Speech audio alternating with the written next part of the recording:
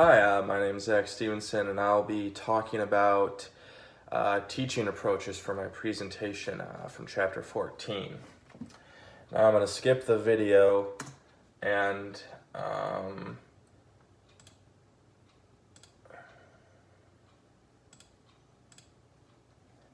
just jump right into the different types of teaching approaches.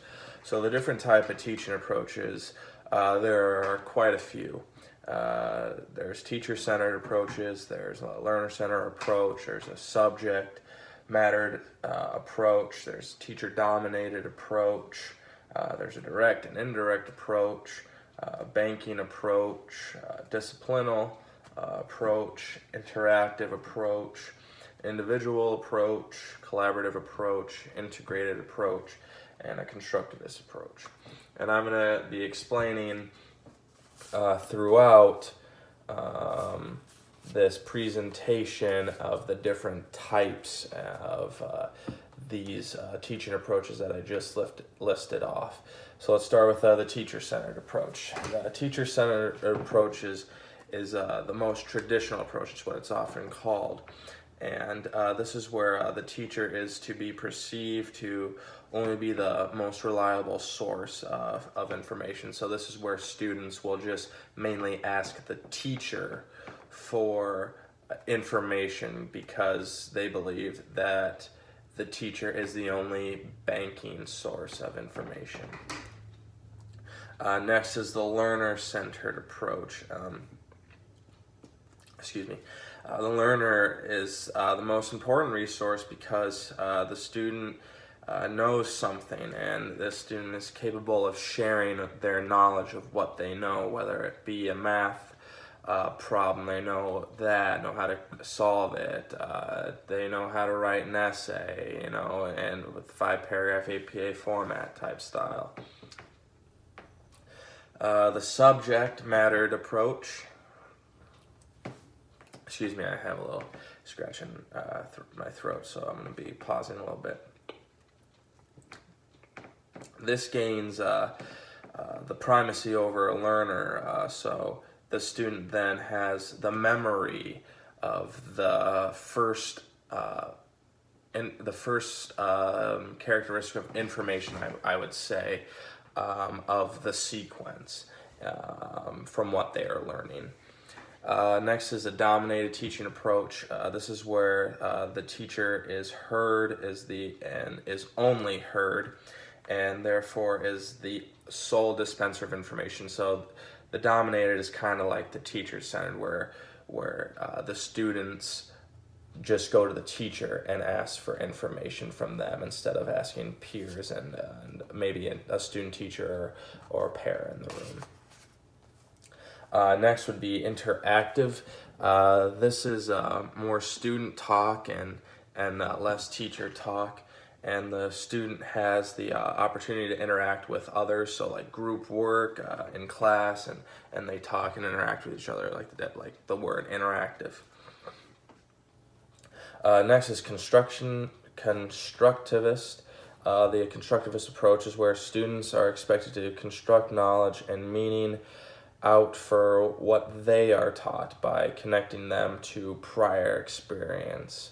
So if they had a class say they had a class that relates to the class they took a year or two ago, that's their prior experience, and that's where constructivist comes in, where they build their knowledge on the prior class that they were in. Banking is basically is saying that the teacher deposits the knowledge into the empty minds of the students. And this is for the students to commit to the memory of what the teacher dispenses to them. Integrated, this is where the teacher connects with the other lessons of the same subjects that they're teaching, or they connect the lessons with other subjects, making the approach more interdisciplinary or multidisciplinary. The disciplinal approach is where this limits the teacher to discuss lessons within the boundary of the subject, so it's pretty self-explanatory. Collaborative is basically interactive. It's where students are doing group work and they're interacting with each other, whether they're doing a test or homework or what it may be. Individualistic, it's pretty self-explanatory. It's where students are working by themselves on homework, projects, etc. Direct approach is where the teacher tells you or shows you what the teacher is teaching. So that's self-explanatory. Most of these are pretty self-explanatory. Indirect, this is where the teacher guides the students or the learners to discover things for themselves. So this is kind of like a stepping stone for students, meaning that the teacher facilitates their learning processes by allowing the learners to be engaged in the learning process with their guidance, if that makes sense. Yeah. So get into some questions now. What is the most traditional teaching approach? And if I was in class and I was giving this presentation, hopefully the class would say that the teacher-centered approach is the most traditional. And I'm going to ask a true or false question if I was in class, and I would say true or false is direct instruction the same as explicit teaching. And I would ask true or false, and any student could answer false, true. So that's the next thing I'm going to be talking about here. Direct instruction or explicit teaching, they are the same thing, definition-wise. Excuse me.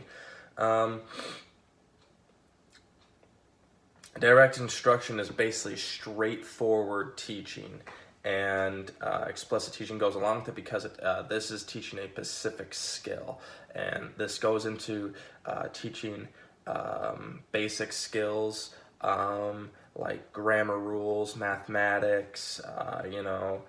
For example, it teaches grammar rules and mathematics, like I just said. This also direct instruction and explicit teaching. It follows classroom management is very key here in this type of teaching. It's really effective having a good classroom, as a teacher, having a good classroom management style is very effective for students because it helps decrease interruptive behavior.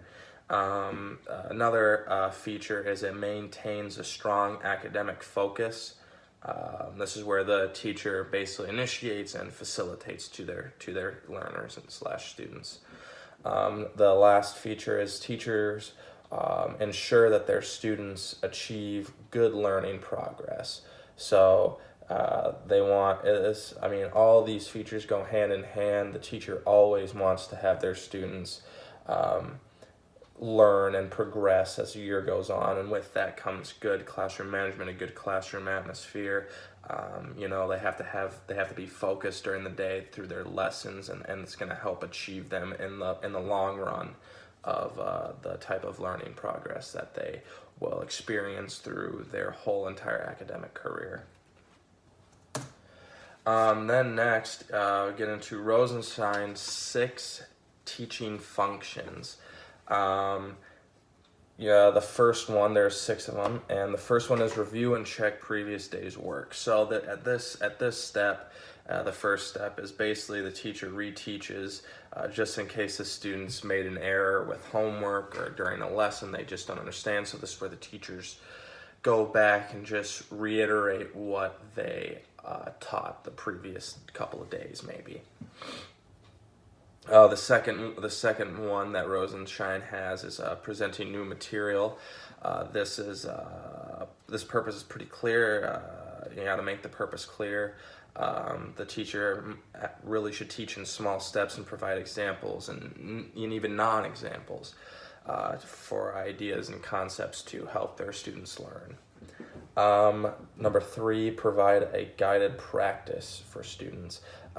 This is where the teacher questions their students, give practice problems out to them, listen, and this is where the teacher then kind of walks around the room or pays attention to what their students are talking about, because then they have to listen for misconceptions and misunderstandings from their students. And this is where some teachers at the time, maybe they want to reteach what they have been going over for the past couple of weeks. But this is a continued guided practice. So the teacher should really keep guided practice going, until the students correctly answer 80% of the questions that the teacher provides them. Number 4 is give feedback and correctives based on students' answers. It's pretty self-explanatory. Basically, it's this teacher telling them, hey, you did a good job on this assignment, or hey, this is what you need to fix the next time that you do this. Be aware of you actually need to do this instead of what you actually did. The 5th one is provide independent practice. So this is where the students kind of go at their own pace and work alone or possibly in groups. You really can't you have to pay attention to this, but you really don't know what the success rate's going to be until after the 5th step is taken care of. And the 5th step saying the success rate should be about 95%, which you really can't figure out until you see your students after the 5th step is taken. And then the last one is review weekly and monthly to consolidate the students' learning progress. So, this is like a circle of life. It keeps on going back and back and forth and back and forth. So after number 6, then you go back up to number 1, and then you keep on going down the list and circling back from you go down 1 through 6, then you go back afterwards again and again and again. Another thing with direct instruction is that it's what teachers need to use to, and what the first step is with direct instruction is advanced organizers. This is an introductory statement broad enough to encompass all information that will follow, and there are 3 purposes for what teachers need to use for an advanced organizers, and this helps their students. And the first one is it directs the attention to what is important in the coming material. It highlights relationships among ideas, and it's a reminder of relevant information. And advanced organizers are also,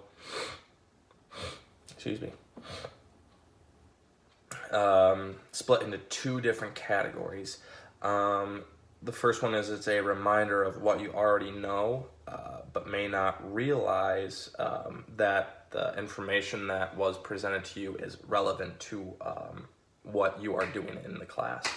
The second category states that it provides new knowledge that the students will need in order to understand upcoming information. So, like going back to Rosenstein's 6 teaching functions, this is the guided practice per se.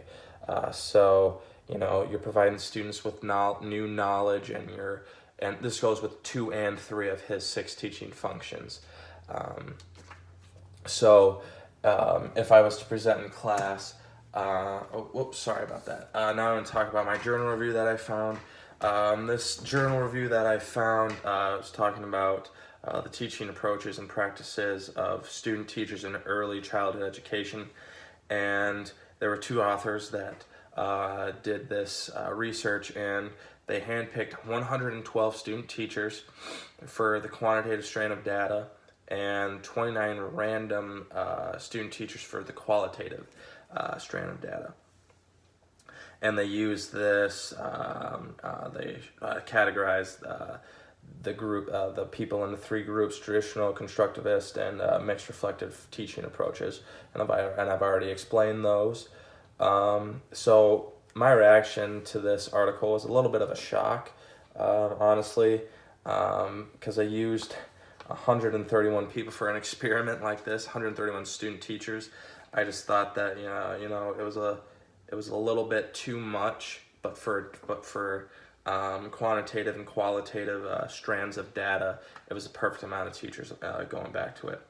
The biggest part for me in learning about teaching approaches from the article was how they grouped them in traditional, constructivist, and mixed. I think if they could have touched more on base with some of the student teachers and how many were grouped in each of the three categories, then I think it would have been, in my opinion, easier for the reader to understand the author's opinion of what type of best teaching approach there would be for these teachers. And so if I was to present in class at this time, I would have a Kahoot game to play, going over what type of questions I would have asked, and I would ask true or false, like I said earlier, just see if they were paying attention, just paying attention. Direct instruction, the same as explicit learning, would be one of them. Question 2 is which is not a type of teaching method I listed off several, but I only added 4 in there. And then the third question would be, out of teaching methods, which one is labeled as the traditional approach? So that's the end of my presentation. Thank you for listening, and